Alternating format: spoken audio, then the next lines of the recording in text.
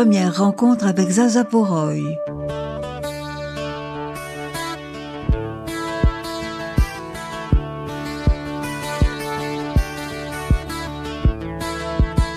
Zaza Poroy Yorana. Yorana. Je voudrais d'abord te remercier d'avoir accepté de venir à Punauia alors que tu habites Mahina. Merci Zaza. La dernière fois que nous nous sommes vus, c'était à Makatea. Makatea où avec ton mari tu vis une partie de l'année, je crois. Oui. Et là tu nous as offert du popouru dont Odette Froger t'avait donné la recette. Makatea et cette friandise seront parmi les sujets que nous aborderons, mais pas seulement. D'abord j'aimerais savoir qui tu es. Ton autre jeune fille, c'est Frogier. Non. Alors, j'ai été élevée par monsieur et madame Frogier, mais ma mère est la fille de Frank Stimson et la grande sœur d'Odette.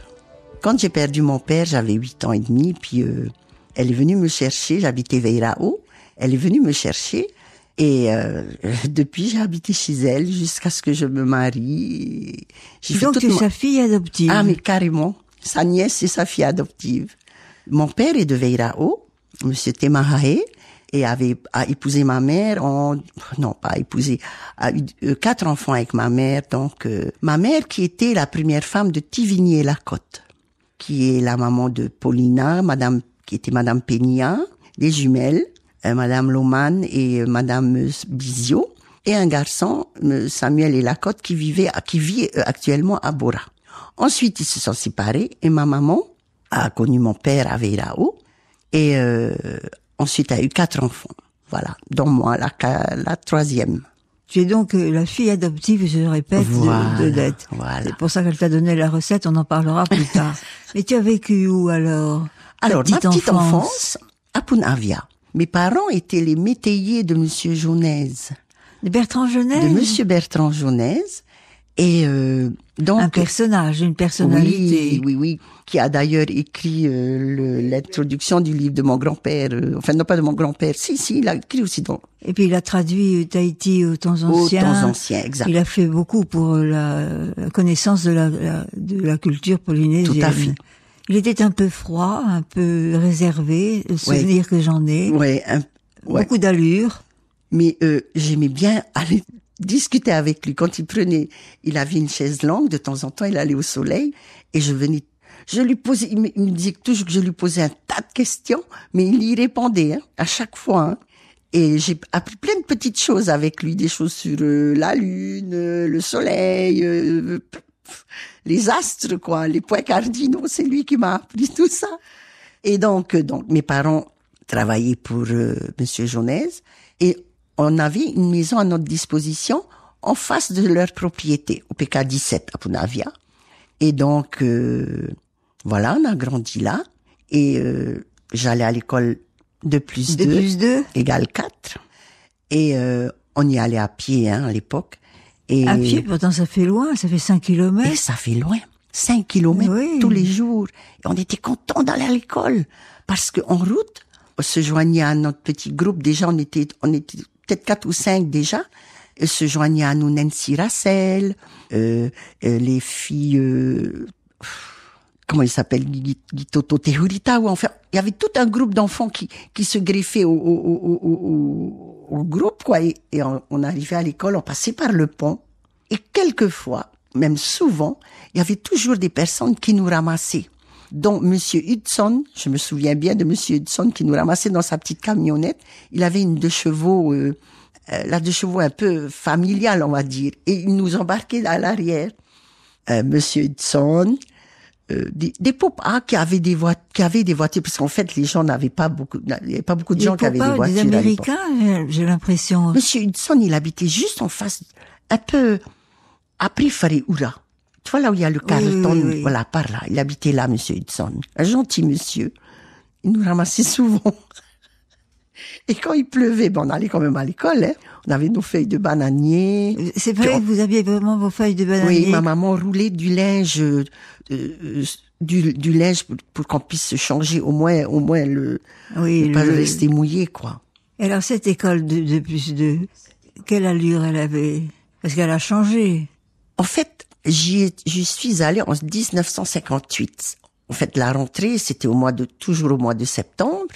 Et on avait une petite classe qui se trouvait pas loin de la mer. C'était un peu surélevé. C'était la classe de section d'initiation. Il n'y avait pas le jardin d'enfants encore à l'époque. Et ma maîtresse, c'était Madame Tepava, Madame Germaine Tepava, qui est une fille Vie, qui était la sœur de Jacques Vie, l'ancien maire de voilà. Punaouia. C'était mon institutrice. Et ensuite, il y avait l'école de plus 2, c'était deux espèces de rangées de bâtiments plus bas, pas loin de la route. Et ce porche avec écrit dessus 2 plus 2 égale 4. Et on faisait un peu la risée des enfants de Paea, par exemple. Oui, c'était un peu comme si c'était un peu l'école je vais pas dire des bébés lala, mais c'était le fait qu'on aille à l'école 2 plus 2 égale 4.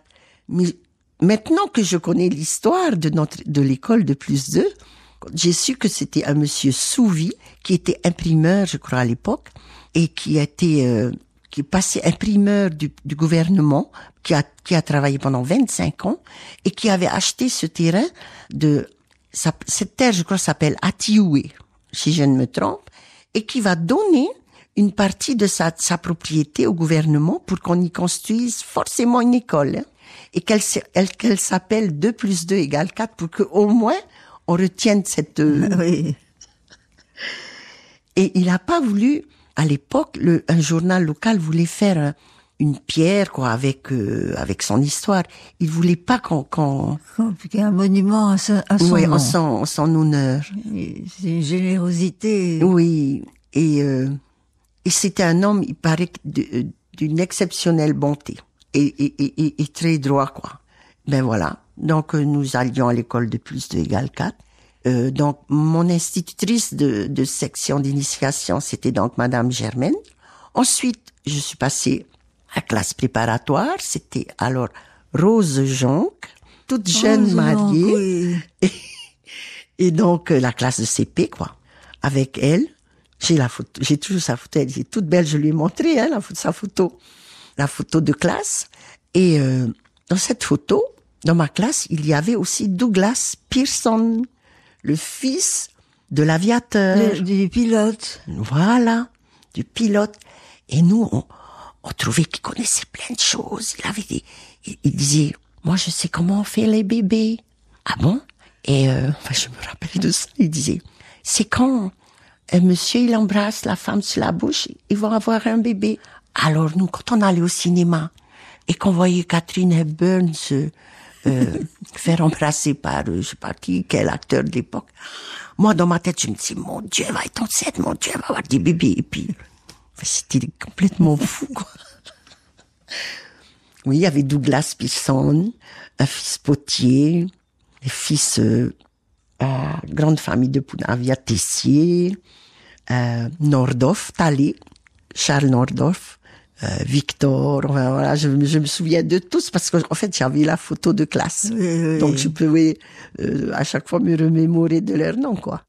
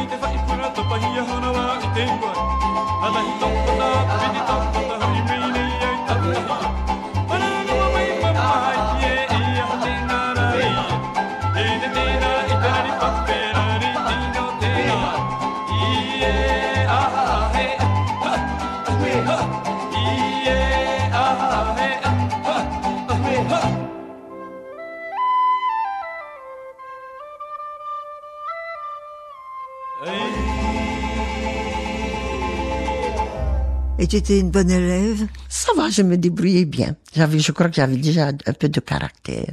Surtout, en fait, j'ai grandi avec mes frères. Et ma maman me confiait à mes frères, donc il fallait qu'ils s'occupent de moi. Et que... Mais il fallait pas que tu sois bébé Lala. Non. Et avec ma maman, je vais dire, elle parlait plutôt anglais. Hein? Elle a reçu une éducation, on va dire, américaine, anglophone, quoi, si tu veux. Et elle parlait pas bien le français. Et elle disait souvent, elle confondait souvent les le et les la. Et donc, moi, petite, je me dis, faut pas que je me trompe, parce que j'avais peur qu'on se moque d'elle. Ça me faisait de la peine, parce que elle faisait pas exprès, hein. Elle maîtrisait le tahitien, l'anglais, et pas trop le français. Elle écrivait en anglais. Elle lisait tout le temps. Elle était abonnée au Reader Digest, l'espèce de petit livre qu'elle recevait d'Amérique. Et en fait, je pense qu'elle était de culture plutôt américaine, quoi. C'est d'elle que tu as hérité tes yeux clairs? Je crois, oui. Maman avait des yeux bleus aussi. Des yeux bleus, ouais. Et elle parlait tahitien? Ah oui, elle parlait tahitien. Ma maman, donc, la fille aînée de Frank Stimson. Parce que quand Frank Stimson est arrivé ici, en fait, il est venu, je crois que ma tante Odette on a peut-être parlé, il était venu pour se refaire une santé. Il avait été malade en Amérique. Il est venu ici, il a connu ma grand-mère, qui est une fille périe de Haroué. Ils se sont mariés en 1912, mais ma maman est née le 13 août 1913. Et ils ont fait leur petite vie, ils sont allés à Popo. Et mon grand-père correspondait toujours avec son père en Amérique, avec monsieur Henry Stimson. Et il était déjà un chercheur, Oui, déjà. Et il parlait français, je crois qu'il maîtrisait assez bien le français, parce que pour aller faire des études aussi en France. Hein? Et donc, voilà, il a épousé ma grand-mère, il a eu ma maman, et ma grand-mère est tombée malade, et elle est décédée. Ma maman était quand même une petite fille, mais il a su qu'il y avait un couple de Russes, monsieur Arkhangelski, qui était arrivé d'Alaska. Sa femme, Paulina Cohen, était postière. Ils avaient fui la Russie et se sont installés en Alaska. Et elle était donc travaillée à la poste. Et c'est par des timbres représentant nos îles. Quand ils ont vu les timbres avec les cocotiers et tout, ils ont décidé de tout plaquer. Ah, ça a été le déclencheur. Voilà, et de venir vivre à Tahiti. Ils sont arrivés en 1898 et se sont installés ici. Tu sais, c'est toute une histoire, hein, parce que faut que je te la raconte, parce que ça va faire une boucle et on va en arriver à mon mari. Ça alors. Donc, monsieur et madame Arkhangelski quittent l'Alaska. Ils viennent, je sais plus si c'est pas le Valparaiso, un bateau de vapeur de l'époque. Ils viennent, ils s'installent ici. Ils ont de l'argent, ils n'ont pas d'enfants, et ils vont vouloir s'installer, trouver une propriété à acheter. Et ils vont faire la connaissance de monsieur Meul, monsieur Teriehina Meul. Ils vont lier amitié, et monsieur Meul va les installer un moment à Paea, et ils vont chercher, et puis ils vont trouver la propriété de Veirao, qui se trouve juste là où il y a la mairie actuelle. Ah, par exemple, oui. Donc, ils achètent cette propriété, ils construisent une maison. Il apprend aux gens de Veirao à fumer le poisson. Il a des bœufs. Il a un terrain immense où il peut cultiver, faire de la vanille. Et à un moment, ils se disent, pourquoi pas élever un enfant? Ils apprennent que monsieur Stimson a une petite fille qui n'a plus sa maman. Et donc, monsieur Stimson leur confie ma maman. Et ma mère va grandir avec ce couple de Russes. Et elle est polonaise. Et donc, elle va même parler le russe. Elle va apprendre à danser. Ils vont lui apprendre la danse classique. Et maman, quand elle était jeune fille, elle dansait. Elle dansait à l'époque au Rex elle me disait, avec Bill Bombridge. C'était son cavalier, donc voilà. Et donc, elle va grandir à Veirao, faire toute son enfance à Veirao avec ce couple-là. Et les Meules, ils se voient, quand ils descendent sur Papeete, ils vont chez les Meules. Et les Meules avaient une propriété qui se trouve en face de chez Essor. Ils habitaient là. Et donc, ma maman, elle me disait, je me rappelle de cette maison, il y avait des instruments de musique et ils étaient très liés. Ils étaient tellement liés que, en fait, quand Monsieur Meul va avoir son 6e enfant, qui était Madame Teipo Teiti, ils vont l'appeler Paulina, comme Madame Arkangelski. Ensuite, ils vont avoir Shura, leur dernière fille. Je sais même plus comment elle s'appelle, son prénom tahitien, mais elle s'appelle Shura. On l'a toujours appelée Shura, qui va devenir Madame Axel Norman. Ensuite, ce couple, les Meules vont avoir une première motoa. La fille de leur cadette. L'aînée, c'est Madame Châtaignier. L'aînée de Monsieur Meul. Ensuite, il y a Henriette, qui est la maman, donc qui va avoir une fille. Donc, c'est le premier motoa des Meules. Et ils vont l'appeler Iskra. Iskra qui veut dire couronne de lumière. Et c'est aussi le nom d'un journal révolutionnaire de Russie, qui venait de paraître en Russie. C'était, disons que c'était le journal qui allait apporter, je sais pas, du renouveau peut-être à l'époque, hein. Et donc, elle s'appelle Iskra. Alors, je reviens à mon histoire. Un jour, j'avais 17 ans, à un mariage, je connais Élie. Voilà. Et un jour, il faut bien qu'il me présente à sa maman.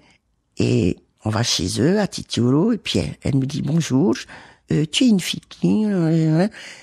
Et qui c'est ta maman? Coquille de Arkangelski? J'ai dit oui. Tu vois la boucle? C'est fou, hein, parce que Iskra, quand elle était petite, avec Shura, ils allaient passer leurs vacances à Veirao.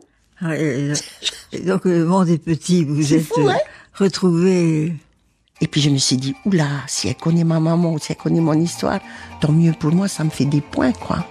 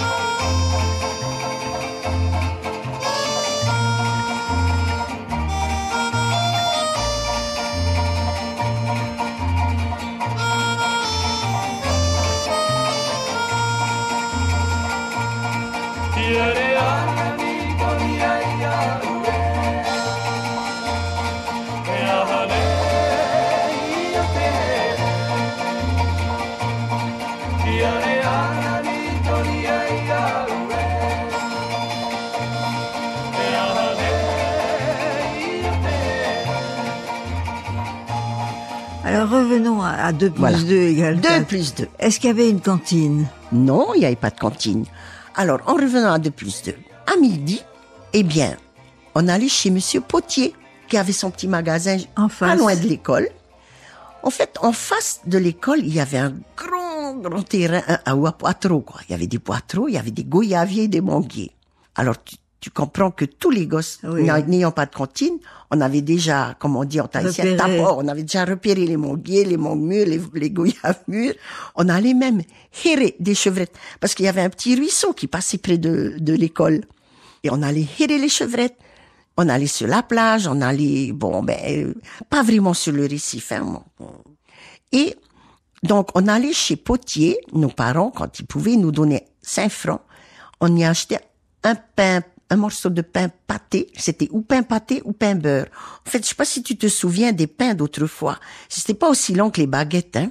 Ça faisait au moins la moitié de baguette, mais plus large. Et donc, Potier, ils vendaient des moitiés de pain beurre ou pain pâté, et c'était 5 francs. Et donc, on mangeait ça. Et personne ne vous surveillait. Vous étiez en... Non, non. On jouait à tic-tac, on allait sur la plage. Et alors, alors, une petite anecdote. Nancy Rassel, qui est la sœur de Paul, je crois qu'elle a travaillé à RFO, non? Je me trompe? Et donc, elle était déjà dans les grandes classes. Nous, on était encore au CP, puis elle nous disait, les enfants, regardez. Alors, elle nous montrait Moorea. Mais nous, on savait pas que c'était Moorea. Elle disait, regardez la France. Alors, regardez Moorea, elle dit, c'est loin. Tu imagines, Michel, maintenant, quand je raconte cette histoire, je me dis, mais c'est pas vrai, on savait pas que c'était Moorea. Ben non, on avait vécu entre nos cocotiers, notre quenitier, notre montagne. Voilà. On sortait pas de chez nous, hein. On habitait Punavia, et puis voilà, on connaissait notre plage, on venait par ici, là, par loin de chez toi. On connaissait la plage, les récifs, chaque corail, chaque cocotier, chaque manguier, le pied d'acajou, les pieds de tapo-tapo, ce sont les cœurs de bœuf, on est dans la montagne, c'est nos jeux. Mais bon, venir en ville, le 14 juillet, c'était pas non plus. Et puis, pour venir en ville, il fallait de l'argent, hein. On n'avait pas de sous, hein. Puis on était heureux, hein. C'était le préau-fraua qui venait à la maison. La petite voiture qui vendait le pain. Et donc, à 2+2, donc, on n'avait pas de cantine, on mangeait comme ça. Et je me rappelle des récréations, jouer, puis tic-tac. En fait, j'aimais bien aller à l'école parce qu'en fait, on retrouvait les enfants. Les amis, les copines. Et je me souviens aussi, toujours à 2+2, de temps en temps, il y avait je vois encore cette image, les enfants dans la cour de l'école. Dans notre cour, il y avait un grand tamarinier, un grand manguier, qui faisait de l'ombre, et les enfants jouaient aux billes en dessous. Et des fois, on voyait cette petite voiture blanche, une petite estafette. Et là, tout le monde criait « piqûre, piqûre », c'était là, elles vont venir nous faire nos vaccinations, quoi. Alors là, Michel, je te dis pas. C'était pas encore installé qu'on commençait déjà à trembler. Et en fait, ils installaient toutes leurs tables avec ces espèces de tubes en verre, on chauffait, il y avait du feu. Tu imagines, dans nos petites têtes, c'était effrayant. Et en plus, c'était courant de dire, si tu n'écoutes pas, on t'emmène chez le médecin, on va te faire la piqûre. Ou, hein? C'était, au lieu de nous expliquer qu'en fait, c'était pour notre bien. Donc, on nous mettait en rond d'oignons. Mais avant ça, on nous donnait un petit bocal où il fallait faire pipi dans le petit bocal. Et donc, on allait derrière notre cour d'école. Puis les filles, moi, je sais que j'avais tellement peur que j'arrivais pas à sortir une goutte. Et le directeur de l'époque, c'était monsieur Henri Terriero, dont la femme faisait aussi la classe, Jeanne. Et son fils, Daniel, qui était dans ma classe. Alors lui, montrait qu'il était eito, quoi. Hein. Il se remplissait son bocal, mais alors, en un temps, 3 mouvements, c'était plein. Alors, qu'est-ce qu'on faisait? Daniel, un petit peu, alors, il en donnait un petit peu aux filles. Et puis, on allait, on faisait la queue. Et alors, la dame, elle mettait quelque chose où elle prenait notre urine, elle mettait dans des espèces de tubes. Et puis, paf, c'était bon pour la piqûre. Daniel, bon pour la piqûre. Et ben, nous tous, bon pour la piqûre. Quand j'y pense, je me dis, mais c'est pas vrai. Mais voilà, c'était comme ça. Et il y avait des fêtes de fin d'année, il y avait des... Je me rappelle pas vraiment de fêtes de fin d'année. Par contre, je me rappelle des lundis. C'était de temps en temps, on réunissait tous les garçons, peut-être pas de temps en temps, une fois, hein, je me souviens parce que j'y étais jusqu'à la classe jusqu'en 9e. J'ai fait le CP chez Madame Rose, le CE1 chez Madame Jeanne Terriero, le CE2 chez Madame Véronique, la fille de Tchalema Oou, Teritei. Elle m'a fait la classe. Et donc, on a changé de directeur. Hein. On était d'abord avec Monsieur Henri Terriero, qui est devenu par la suite administrateur, je sais plus où, dans les îles. Et après, c'est Monsieur Michel Taurou, qui a pris la direction. Et avec lui, ça marchait à la baguette. Fallait toujours qu'on ait les doigts propres. Ça arrivait à la baguette. Parce qu'on allait jouer aux billes. Il y avait 2 coups de sifflet. Premier coup de sifflet, fallait aller se laver les mains. Deuxième coup de sifflet, fallait être en rond et montrer ses mains. Et si t'avais pas eu le temps d'aller te laver les mains, tu ramassais. Oh là. Mais bon, c'était comme ça, hein. Ça nous a pas tués. Mieux, ça nous a peut-être, ça fait de nous ce qu'on est aujourd'hui. Donc ces lundis, c'était pas... Après, il y a eu une grande manifestation au terrain de Fataoua, où les garçons jouaient avec des massues. Je me rappelle de ça. Et je me rappelle aussi de filles qui faisaient de la gymnastique sportive sur des espèces de tréteaux en bois, hein. Et je me rappelle de Noémie David, de Solange David, et c'était belle. Et c'est elle qui faisait ces mouvements cette gymnastique. Mais des fêtes, je me rappelle pas vraiment. Et tu as pas continué ton primaire là? J'ai fait mon CE2 donc à Punaouia. Voilà, et j'ai perdu mon père ensuite en novembre. Et on était rentré à Veiraou. Parce que mon père étant malade, il pouvait plus travailler donc pour les jeunesse. Et puis donc on a quitté Punavia, on est rentré sur Veiraou.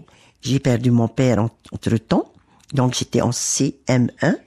Et ma tante Odette est venue me chercher. Et donc, après le CM1, après Punavia, si tu veux, j'ai habité à Faripiti avec ma tante et mes cousines, qui sont mes sœurs de cœur, quoi. Et ça a été facile, cette installation chez Odette, parce oui. qu'elle était... Ma mère vivait toujours, hein. Mais ma mère, bon, j'avais ma petite sœur, donc elle vivait avec ma petite sœur. Elle a un peu travaillé chez les Sanfort, pas Francis, comment il s'appelle, chez Georges Sanfort avec Tila. Et puis, elle s'occupait de VTA, qui est maintenant pilote. Et en fait, elle était un peu la nounou des enfants de Tila, parce qu'elle parlait anglais. Et Tila voulait qu'elle parle anglais à ses enfants. Et, pendant longtemps. Ensuite, ma mère s'est remariée avec un monsieur Asmus, et qui est décédé aussi. Et ma mère est décédée en 2002, à 90 ans. Donc tu as continué, bien sûr, à voir ta mère régulièrement en étant chez eux. Oui, mais en fait, toute mon éducation après l'école, tout ça, c'était à Faripiti. Voilà.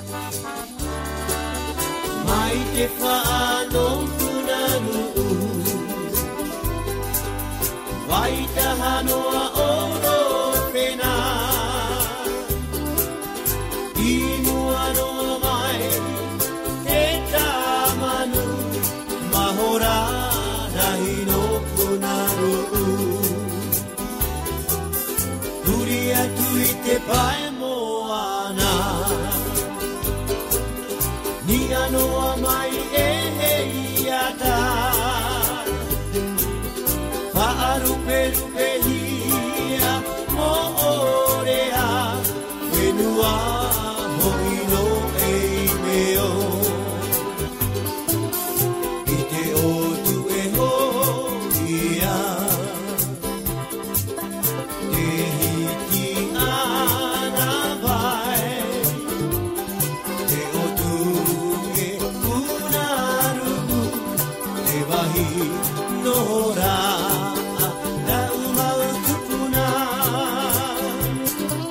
Awena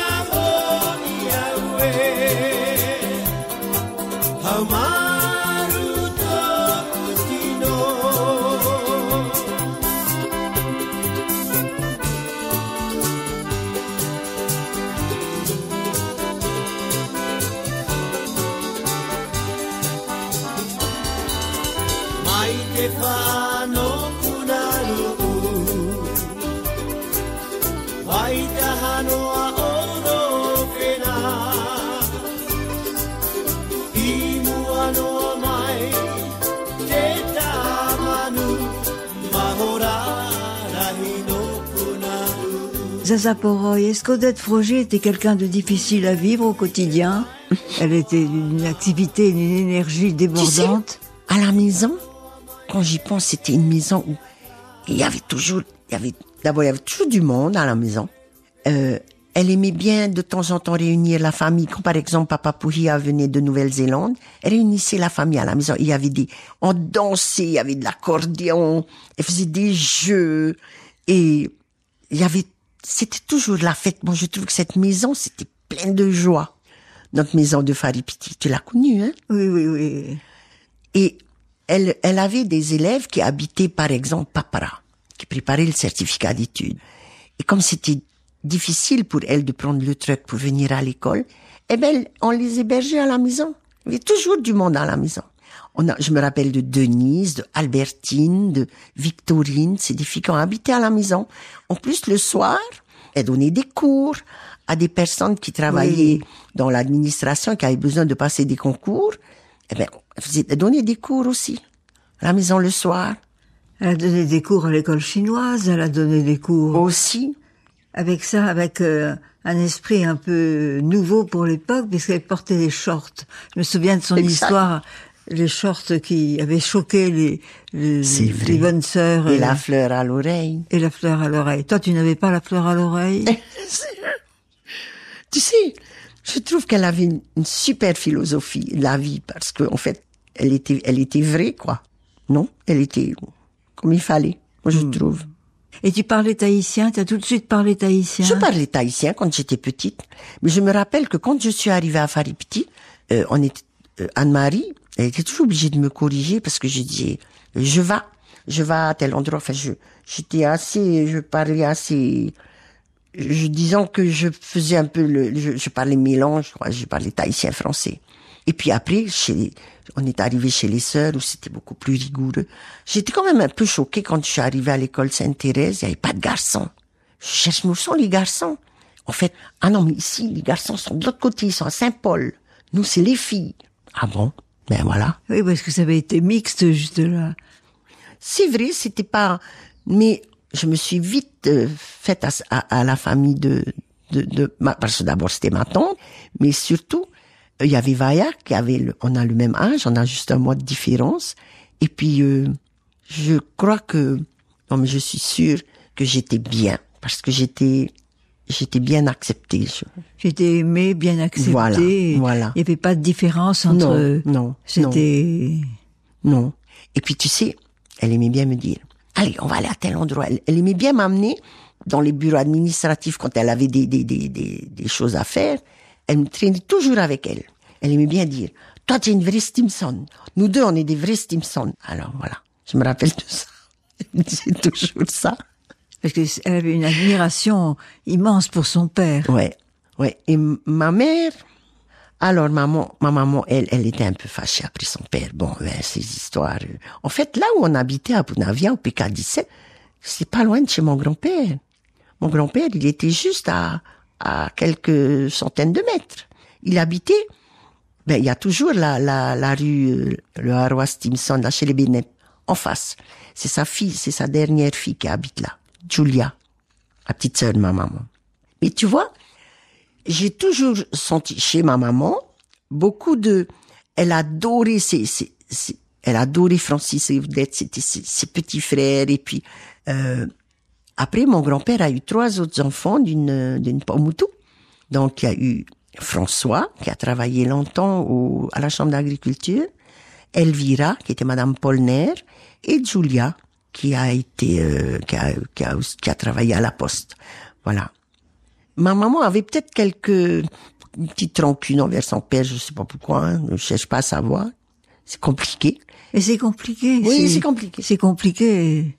C'était plus simple pour toi, qui était chez ta tante. Voilà. Et pris en charge complètement, tu ne reniais pas ton père ni ta mère, c'était différent, simplement. Ouais. Et alors, est-ce que vous alliez aux fêtes du juillet? Est-ce que vous alliez... Aux fêtes du juillet, quand je me rappelle d'une année, en 62 ou en 63, Weirao s'était présenté.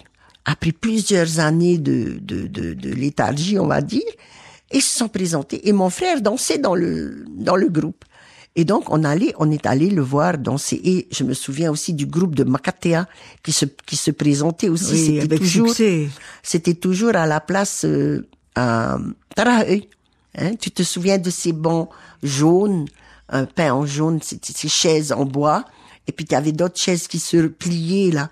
Je me rappelle de ces chaises-là, tu pouvais te casser la figure, c'était pas tellement stable.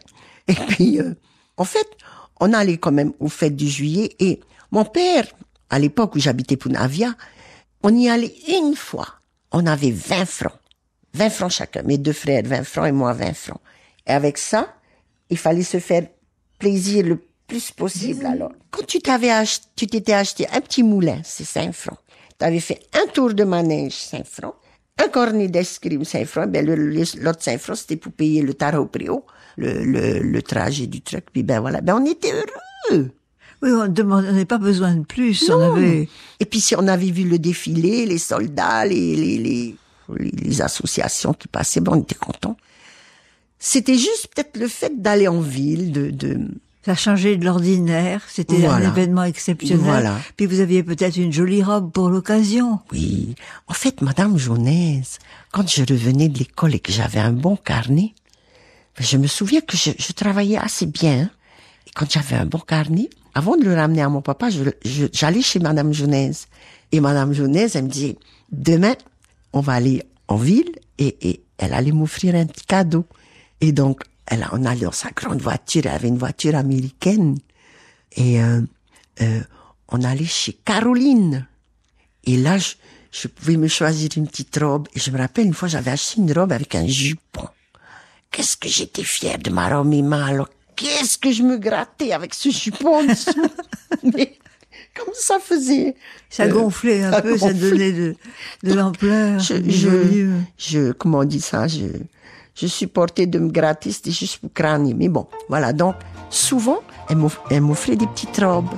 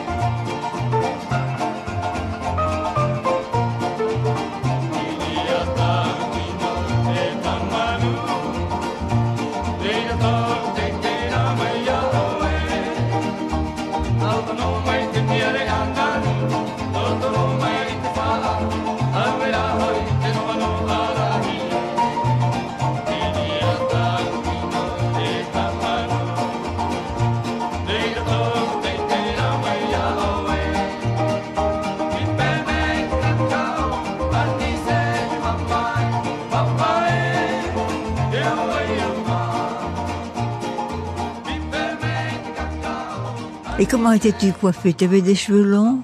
Non, ma maman nous faisait les tresses là, serrées comme ça. Là, fallait jamais avoir les cheveux lâchés dans le vent, hein. Et puis toujours les cheveux tressés avec le petit nœud en tissu, quoi. Ma maman cousait, hein. Donc elle me faisait aussi des petites robes. Et ce chemin-là pour aller à l'école, ça faisait quand même loin. Ça fait 5 kilomètres au moins. Pour revenir, par contre, il y a eu un moment où on construisait l'aéroport. Et donc, il y a eu les travaux. Il y a eu les dragages de la Punarou. Le dragage se faisait à Punarou. Tu te souviens de ces gros camions qui s'appelaient berliers. Camions berliers avec des grosses roues. Ils allaient donc à la rivière, prenaient les cailloux, les amenaient à Fa'a et revenaient avec de la soupe de corail pour remplir les trous qu'ils avaient occasionné sur la route. Ça devenait quand même un peu dangereux. Donc, quand on finissait l'école, on revenait, on passait devant le temple, et puis, au bout de la route, il y a une route qui passait à l'intérieur, qui allait vers l'embouchure. On traversait la rivière, par chez les Gobrés. Traversait la rivière, on passait on appelait ça le Uruvi. C'était une forêt de manguiers. On traversait cette forêt de manguiers. Ensuite, on arrivait à la route qui va au musée. Et au fond, il y avait la maison des Miller. La grande maison des Miller. Et on disait qu'elle était hantée. Ce qui fait que on se regroupait juste trentaine de mètres avant et on comptait 1, 2, 3 et puis on courait, on traversait vite parce que il y avait pas que celle-là qui était hantée pour nous. On traversait donc cette route, on passait il y avait la route qui allait à la Pointe des Pêcheurs. On passait cette route et on arrivait chez Rivnac. Et chez Rivnac, il y avait des pacaillers, des pieds de pommes étoiles, c'était plein de fruits. Et là, on faisait le plein de nos paniers, on allait chercher des fruits, des pommes étoiles, des paquets. Je me demande s'il n'y avait pas un gardien, parce que, en fait, tous les enfants venaient se servir dans cette grande cour. Il y avait eu un hôtel, mais il n'existait plus à Rivnac. Moi, je me souviens juste d'un couple qui avait habité là chez Rivnac et qui ont perdu un enfant dans un incendie. Et je crois que l'enfant a été enterré là, il me semblait, C'est dans mes souvenirs, parce que mon papa, avec d'autres personnes, on est venu le chercher pour aller éteindre ce feu. Chez Rivnac. Enfin. Et après, on continuait une petite route caillouteuse, qui déboulait, qui donnait sur l'hôtel, le Tahiti Village. On arrivait au Tahiti Village. Donc, on avait toute cette portion, en moins à faire, donc le pont, toute la route droite de chez les Tepava et tout. Et puis, souvent, sur cette petite route, on rencontrait un monsieur, je crois qu'il s'appelait Monsieur Marama. Il avait une voiture à cheval, il avait un cheval et toujours son petit fouet, et derrière, il mettait ses cocos. Parce que c'était que des cocoteraies, là, il y avait rien. Il y avait même pas de maison. Toute cette partie-là, après chez Rivna. Et donc, souvent, sa carriole, elle était chargée de cocos. Et nous, quand on le voyait, on courait et on s'accrochait derrière. Et avec son fouet, il disait, Tamari, les enfants, descendez. Et nous, on s'accrochait peut-être à 3 sur cette espèce, J'avais toujours ça de moi à faire à pied. Oui, mais c'est pas ça. C'est qu'un jour, à force de secouer l'espèce de barrière, quoi, si tu veux, ça s'est enlevé. On s'est retrouvés sur la route, tous les cocos sur nous. Et il a arrêté son cheval, il est descendu avec son fouet. Plus un gosse, plus personne, que les cocos sur la route. Et puis je me dis, on avait plus peur de son fouet, on s'était fait mal, Oui, oui. Des histoires, je me dis, en fait, on aurait dû ramasser ces cocos, les remettre dans sa carriole pour l'aider. Ben non, c'était tous carapatés. C'était ça notre trajet, donc on passait devant. Mais c'était long quand même, 5 kilomètres, mais vous mettez bien 3/4 d'heure. Oui, mais en attendant, on mangeait les pommes d'Afrique juste après chez toi, là, il y a les Ferrons. Il y avait le Fare-Cinéma de Simonet, de Madame Simonet. Oui. Ça s'appelait Meire Raouri, son Fare-Cinéma. C'était tout en Fara, en Iao. Et après, chez les Simonet, il y avait les Ferrons.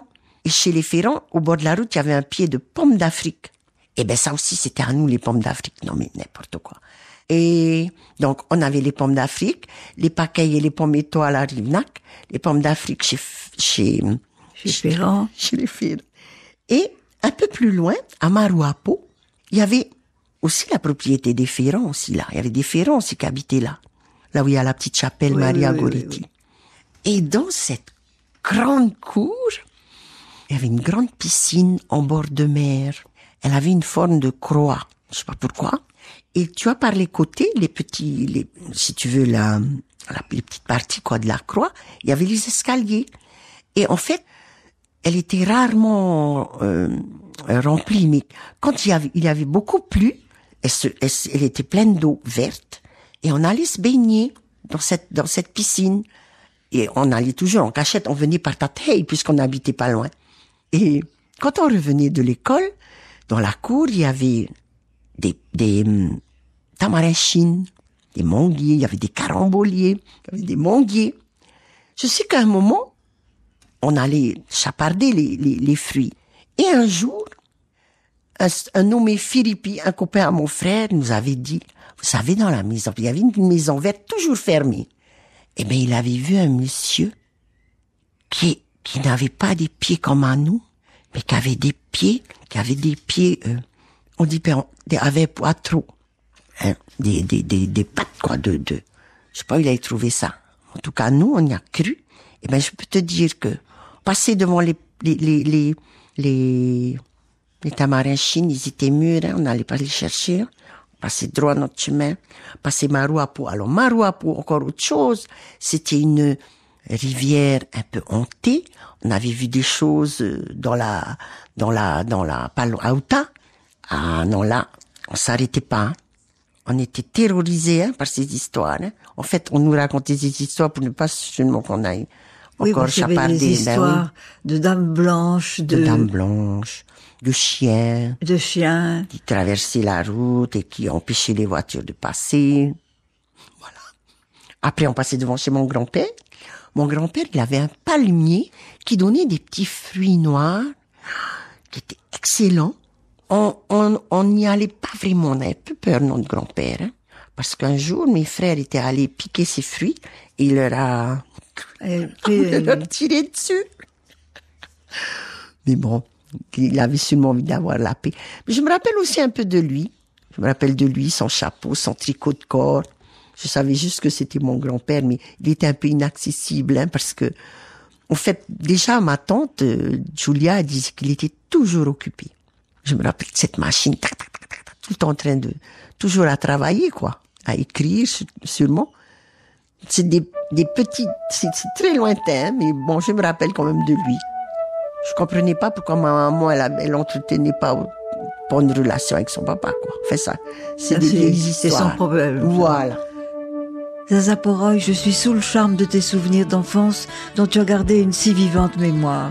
Et j'ai hâte de grandir avec toi la semaine prochaine. Merci Zaza et merci à Touiva Lambert qui a réalisé cette émission.